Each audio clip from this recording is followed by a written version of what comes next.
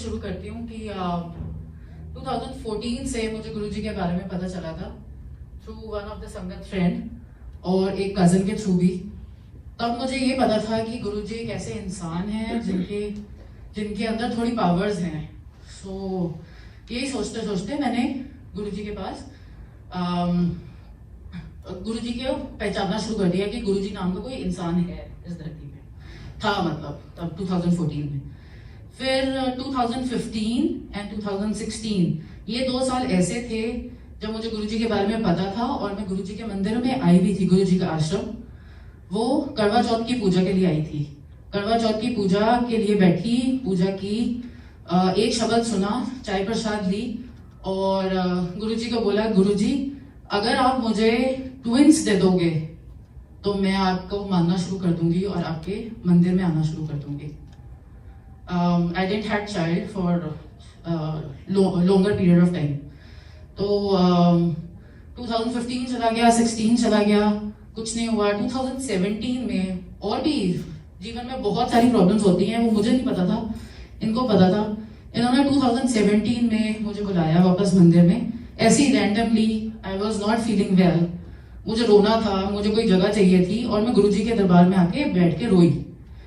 उसके बाद घर गई। थोड़े दिनों के बाद मुझे सबसे पहले गुरुजी की आवाज दर्शन हुए। उन्होंने मुझे बोला तेरी लाइफ च अमेंडमेंट्स होने वाली ने। तब मुझे समझ में नहीं लगा, बट अब इस पोजीशन पे खड़े होके अगर मैं पीछे जाके देखूं, my life before Guruji and my life after Guruji, तो एक 360 डिग्री का एंगल है, फ्रॉम नेगेटिविटी टुवर्ड्स पॉजिटिविटी। बहुत चेंजेस आए हैं, बहुत चेंजेस आए हैं। Thank you so much Guruji for everything.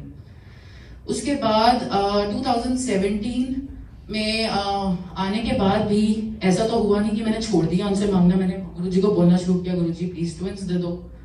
Twins का मेरा हमेशा यही था कि एक बॉय दे दो, एक गर्ल दे दो, ट्विंस दे दो, ट्विंस दे दो, मांगती रहती थी। फिर 2017 के एंड में जाके मैंने एक शब्द कीर्तन सुना, उसमें था एक सिख अपने गुरु से बच्चा मांगने जाता है, गुरु उसको ऐसे हाथ उठा के बोल देते हैं हले नहीं, और वो वापस आ जाता है। ऐसे काफी बार जाता है अपने सिख गुरु के पास, बट गुरु मना कर देता है, ऐसे ही हाथ उठा के बोल देते हैं हले नहीं, और फिर वो वापस आ जाता है। और उसकी बीवी उसको बहुत बोलती है कि तू इतनी सेवा करता है, गुरुजी अपने इससे सेवा का फल मांग ले अपना। तो वो कहता है मैं ऐसे नहीं फल नहीं मांगूंगा, मैं जाता हूँ, गुरुजी मना कर देते हैं तो मैं वापस आ जाता हूँ। तो फिर ये लोग तांत्रिक के पास जाते हैं, तांत्रिक उनको बच्चा ब्लेस कर देता है। 13 इयर्स तक बच्चा ठीक रहता है, उसके बाद बीमार पड़ना शुरू हो जाता है। 17 इयर्स में जाके बच्चा बिल्कुल ही मम्मी पापा को अपने अमीर से गरीब बना देता है और उसकी डेथ हो जाती है। फिर अचानक से उनको याद आता है कि गुरु सब कुछ कर सकता है, तो गुरु के पास चलते हैं, उसको बोलते हैं हमारा बच्चा हमें वापस दे।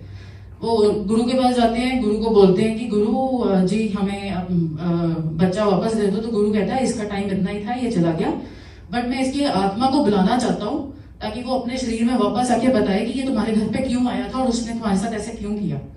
वो आता है, वो शरीर में वापस आके बताता है कि मैं एक साधु था, मैं तुम्हारे घर पे आके पिछले जन्म में मैं एक साधु था, मैं तुम्हारे घर पे आया था, मेरे पास एक वैल्यूएबल चीज थी किसी और की जो मैं इसको देने जा रहा था।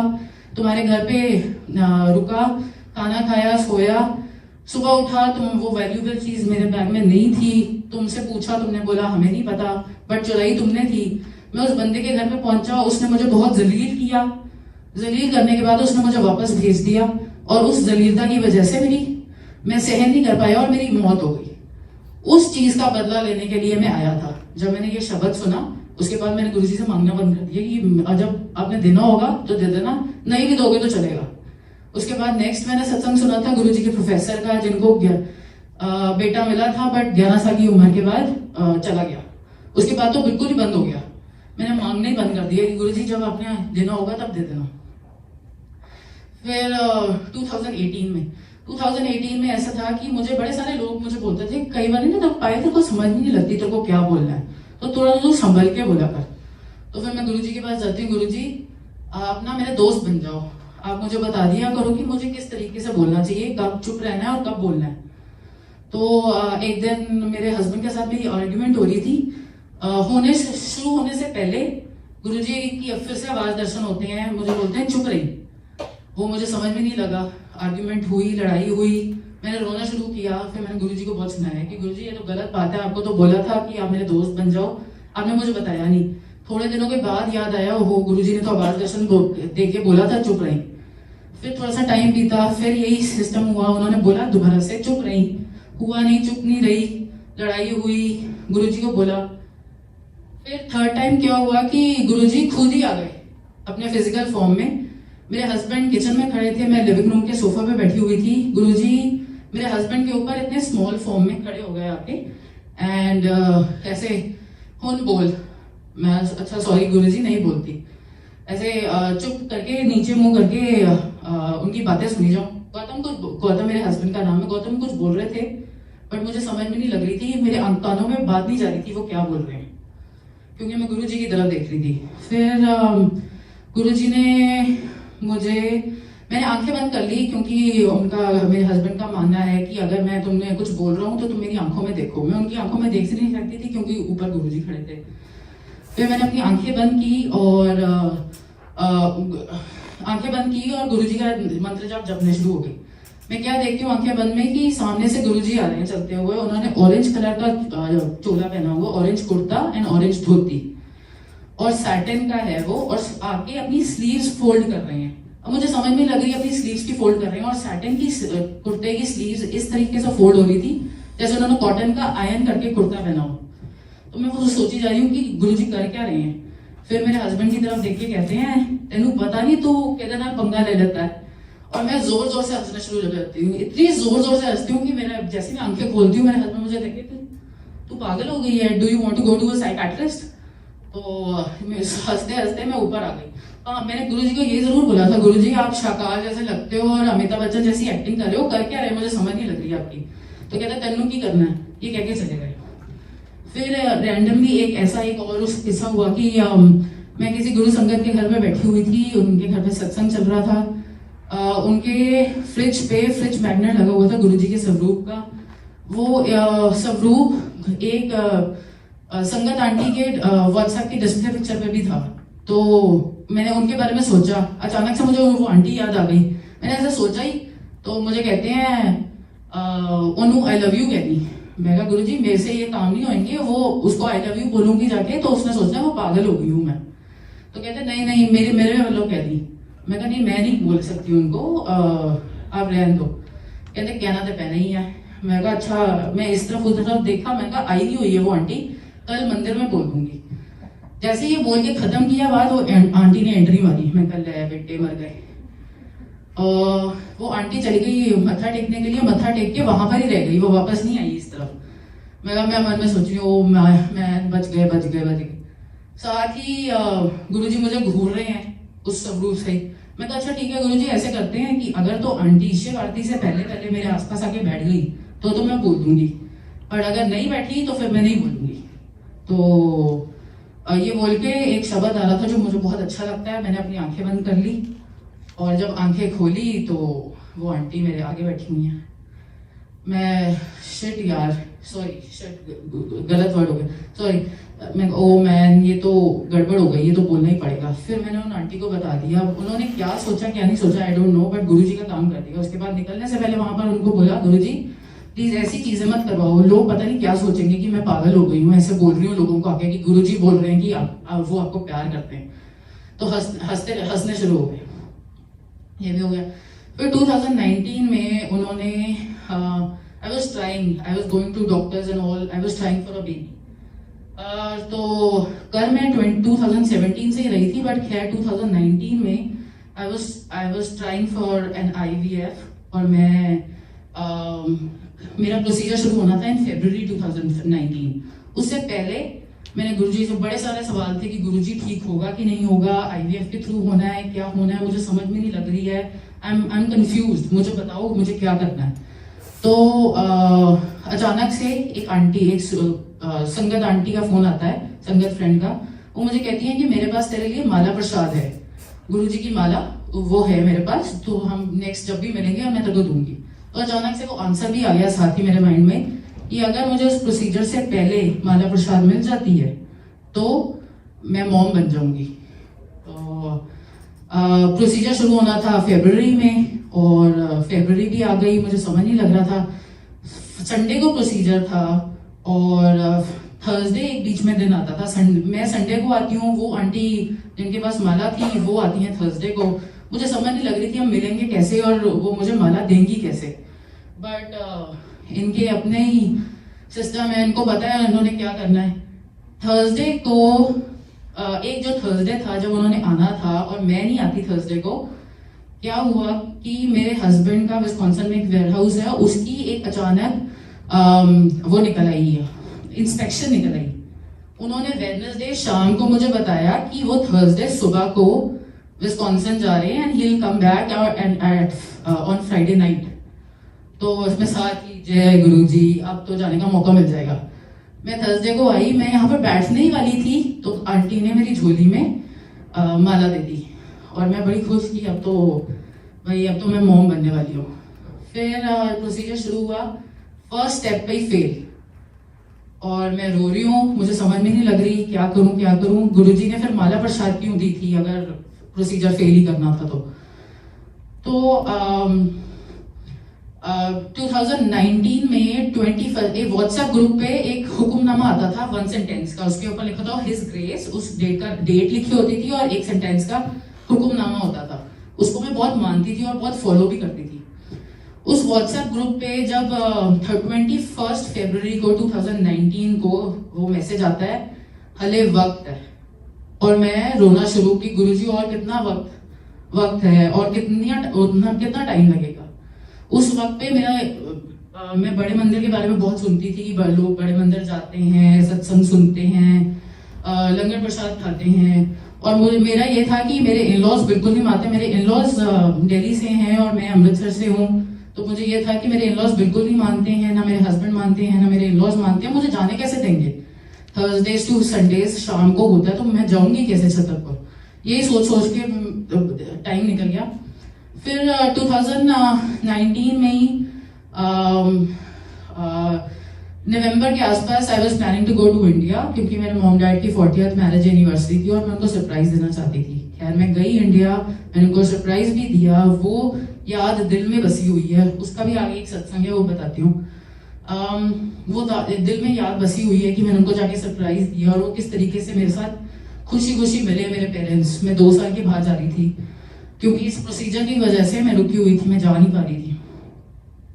फिर मैं बड़े मंदिर भी गई। बड़े मंदिर में मुझे शिवजी, यहाँ पर साइड पे शिवजी की मूर्त है शेषनाग के साथ, वहां पर उसके आगे फाउंटेन है। उस फाउंटेन के पास मुझे 2 रेनबोज नजर आए थे।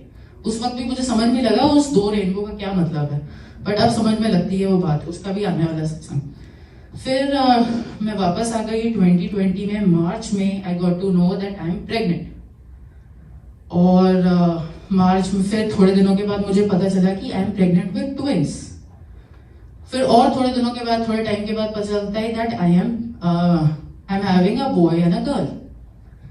Thank you Guruji. फिर मेरी मॉम भी गुरुजी की फॉलोअर है। वो चाहती थी कि मेरे जो बेबीज हैं वो 19 सितंबर को पैदा हुए हैं, क्योंकि वो उस दिन मेरा भी बर्थडे होता है। बट मेरे को था कि वो सितंबर में ही पैदा हो, बट किसी भी टाइम पे हो जाए, बट हो वर्गो ही, सनसाइन ऐसे होना चाहिए, वर्गो ही होना चाहिए। और मेरे पापा को यही खुशी थी कि मैं नानू बनने वाला हूँ। फिर हुआ ये कि मुझे मेरा सी सेक्शन होना था, बिकॉज उनकी पोजीशन सही नहीं थी दोनों की।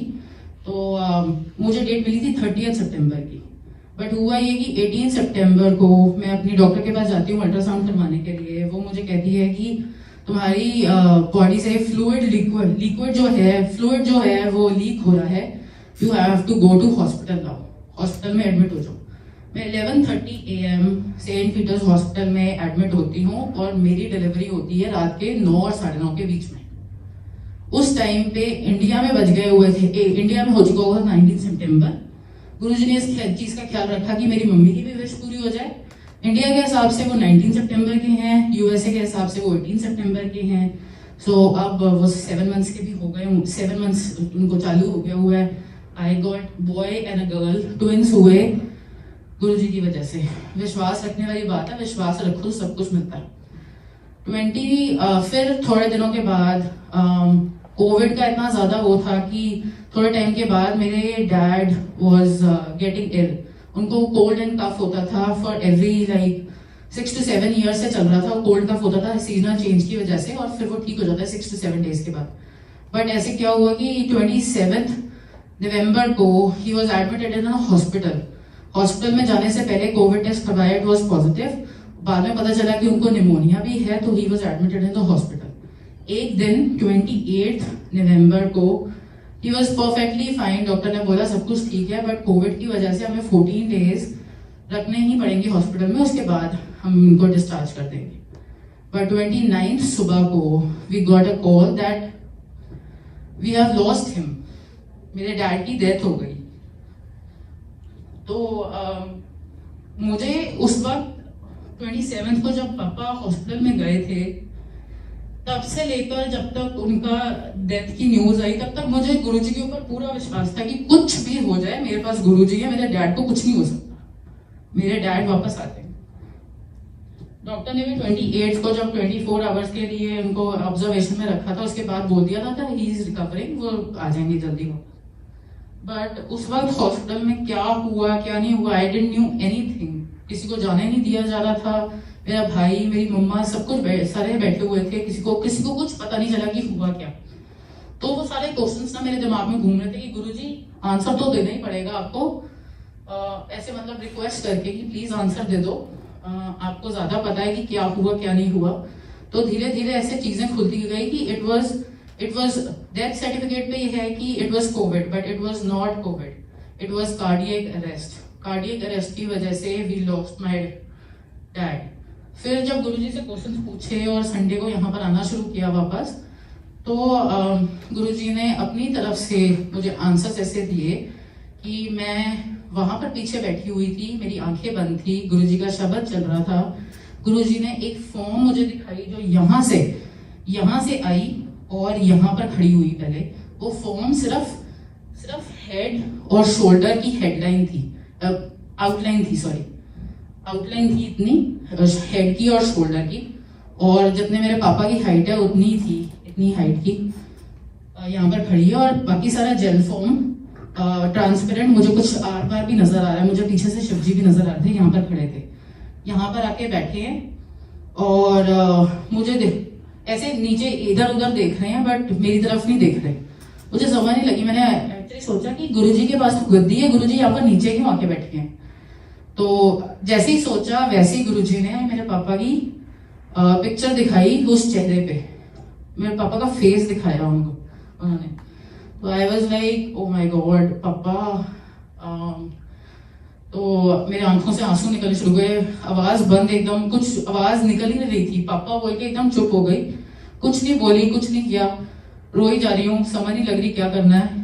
तो शायद गुरुजी उस वक्त दिखाना चाहते थे कि फिक्र ना कर, तेरा प्यो पहुंच गया मेरे कोल। तो फाइनल डेस्टिनेशन जो थी उनकी, वो गुरुजी है, वहां तक पहुंच गए हैं वो, इसलिए फिक्र नहीं करो। तो that's it. Thank you Guruji, thank you so much for everything.